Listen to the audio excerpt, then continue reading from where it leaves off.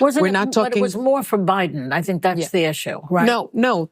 This is about Harris. People don't appreciate the way Black people that have come up to me and I've talked to and actually gone up to them as well.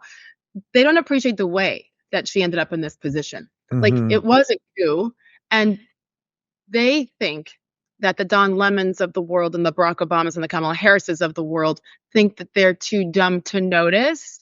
And they're like, no, enough of that. So I think people are done, and they've underestimated the Black community in that way. Well, I'm very glad to hear it. I'm glad you're kind of seeing it the same way. Unfortunately, that is not the way they're seeing it over on The View. I think it will make a difference because of this division that they're trying to cause within the Black community. And with I just think it's a fallacy that Black men are the problem. Black men are not the problem. When you look at the stats, the New York Times just came out with a poll. 80% of African Americans will be voting for Kamala Harris, and that includes Black men. We're not talking. But it was more for Biden. I think that's the issue, right? No. This is about Harris. I know, right, but Biden had greater support with Black men than Harris. Yes, Biden did. But that's demonizing Black men, I think, needs to stop when it comes to Kamala Harris. Well, look, for me, it has never really been about Black men. It's been about men. You know, there's this myth out there that Black men can't handle being spoken to, and told what to do by Black women. Black men come from our bodies.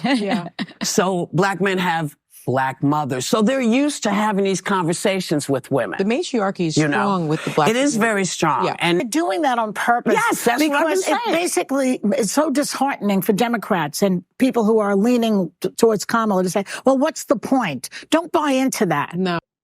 Sage, since you're a classy lady, I won't do all my low-hanging fruit jokes about the women of The View. Suffice to say, it's like, doesn't that strike you as sort of just the way they have to talk around each other and carefully around all of this and in such pandering ways? It's like, this is the perfect ending of identity politics, isn't it? That they now have to figure out a way to rationalize that for some reason, Black men who make decisions on their own, just like white men and Asian men, might have been more into Joe Biden than they are Kamala Harris.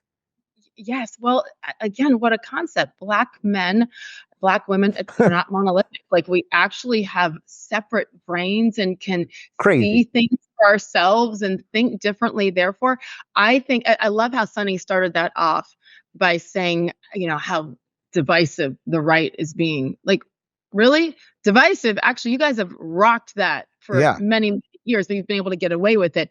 I think the big picture is that Democrats have taken Black voters for granted for such a long time because they could. Because I think at the peak when Obama was elected, wasn't it 97% of Black Americans voted for Barack Obama? And then it dropped down into the low 90s with Biden. And now look at these numbers. And then it skyrocketed for Trump.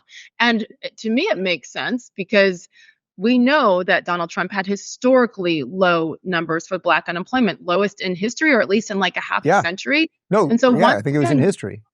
Yeah, when people start to actually do their homework, which that's what happens when stuff starts to go south. That's what happens when the economy goes south, when inflation skyrockets, when people can't afford to live, when eggs are now $7, $8 for a dozen versus half of that.